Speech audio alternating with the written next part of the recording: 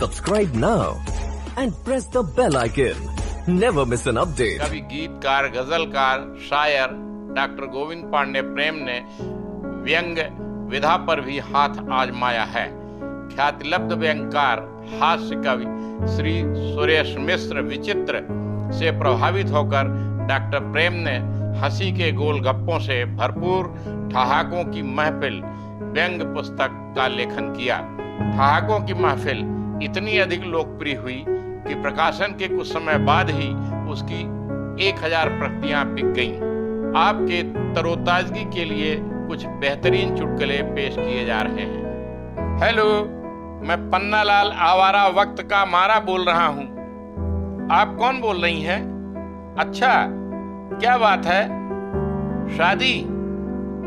I am sorry, हमें अपनी शादी कुछ दिनों के लिए स्थगित करनी पड़ेगी क्योंकि पिछले हफ्ते ही मैंने एक शादी कर ली है।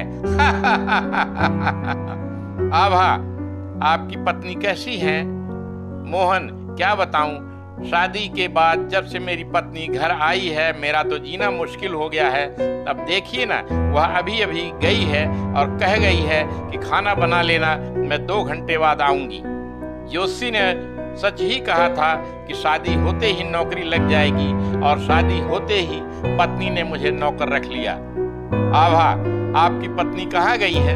मोहन, और कहाँ जाएगी सिवाय विज्ञापन देने के। मोहन, मेरी पत्नी व्यक्तिगत मामले में दखल देती है, उसे मेरी बांसुरी पसंद नहीं है। इस पर एक दिन मैंने उसे डांट कर कहा, आज तुम मेरे बांसुरी बजाने का सबसे भला बुरा कहती हो, लेकिन यह मत भूलो कि इसी बांसुरी की धुन पर मुग्ध होकर तुमने मुझसे शादी की थी। आभा, जवाब में आपकी पत्नी ने क्या कहा? मोहन, खाक कहा कि हाँ, शादी तो की थी मगर बांसुरी की धुन सुनकर नहीं, बल्कि यह देखकर कि तुम इसी तरह चूल्हे में फूंक मार सकोगे।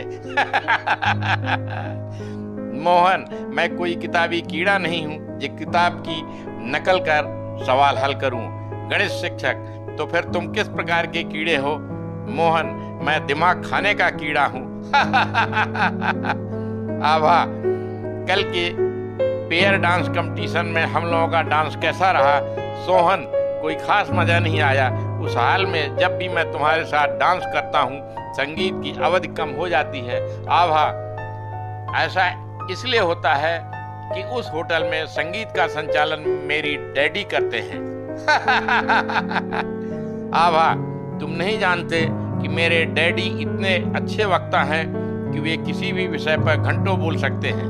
सोहन, और तुम भी नहीं जानती कि मेरी मम्मी बिना किसी विषय के दिन भर बोल सकती हैं।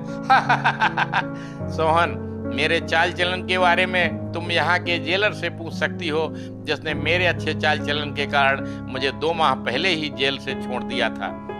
आभा, तब तो बहुत अच्छा चाल चलन है तुम्हारा। लगता है ऐसी ही कोई बात तुमने मेरी मम्मी से कह दी थी, तभी तो 3 महीने से वह तुम्हारे घर नहीं आई। सोहन, ये तो बहुत अच्छी बात हुई। तुम अपनी मम्मी से पूछना कि तुम्हें मेरी कौन सी बात बुरी लगी जिसकी वजह से उन्होंने मेरे यहाँ आना छोड़ दिया। दरअसल वह बात मेरे एक मित्र के बहुत काम आएगी, जिसकी सास हमेशा उसके घर में बनी रहती है। मोहन, अरे यार, केले को छील कर तो खाओ। सोहन, केला छीलने की क्या जरूरत है? मुझे मालूम है कि अंदर भी केला ही है। मोहन और सोहन आपस में बातें कर रहे थे। किसी बात पर मोहन को गुस्सा आ गया। उसने मोहन को मारने के लिए हाथ उठाया। सोहन पान चबा रहा था, इसलिए वह मोहन का हाथ पकड़ते हुए बोला, खबरदार, जब किसी के मुंह में पान की पीक भरी हो तो उसके गाल पर थप्पड़ नहीं मारना चाहिए। पन्नालाल, हीरालाल, किसी भी काम में सफलता पाने के लिए पहले खुद कोशिश करनी पड़ती है, क्योंकि जब तक कोई खुद कोशिश नहीं करता उसे कुछ नहीं मिलता। हीरालाल, क्या बात करते हो पन्नालाल? आज सुबह सुबह बिना कोशिश किए कुंजीलाल को उसकी बीवी की ढेर सारी गालियां मिल गई, क्योंकि बिना कोशिश किए वह एमए में फेल हो गया।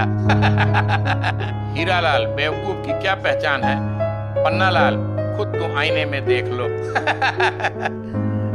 मोहन, डोरीलाल, मैंने तुमसे कितनी बार कहा कि जब तुम अपनी प्रेमिका के घर में घुसो तो चप्पल उतार कर हाथ में ले लो। डोरीलाल, लेकिन क्यों?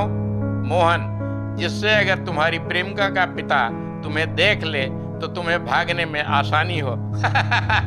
एक आदमी किसी को निस्वार्थ सलाह मत दो, दूसरा आदमी तो फिर लाओ मेरे द्वारा दी गई सलाह की फीस।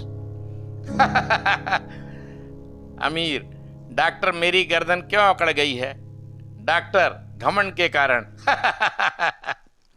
पुलिस, तुम लोग मार धाड़ कर क्यों लूटते हो? नाकू, हम लोग हराम की कमाई नहीं मेहनत की कमाई खाते हैं। प्रेम का, तुम मेरी माँ से शादी की बात करो। प्रेमी, लेकिन मुझे शादी तुमसे करनी है, तुम्हारी माँ से नहीं। पापा, बेटे से, तुम्हारी शक्ल गधों जैसी है। बेटा, पापा, इसीलिए सब कहते हैं कि मैं आपका बेटा हूँ। चोर, वकील साहब, मैं आपके घर आऊं?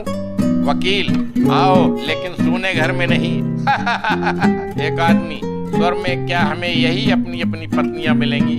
दूसरा आदमी, जी हाँ, पहला, फिर जाने दो, हमें आत्महत्या करने का क्या फायदा? मंत्री जी, फोटोग्राफर, ये मेरे सिर पर जूता कैसे आ गया? फोटोग्राफर, उस दिन जब मैं आपकी फोटो खींच रहा था जनता आपके सिर पर जूता फेंक रही थी।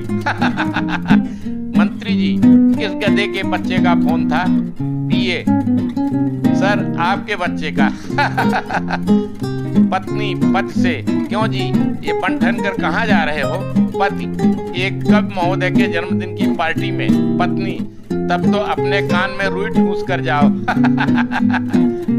डॉक्टर, तुम्हारे शरीर में कब से पीड़ा उठी है? व्यक्ति, जब से मेरी मोटी बीवी ने मेरी पिटाई की।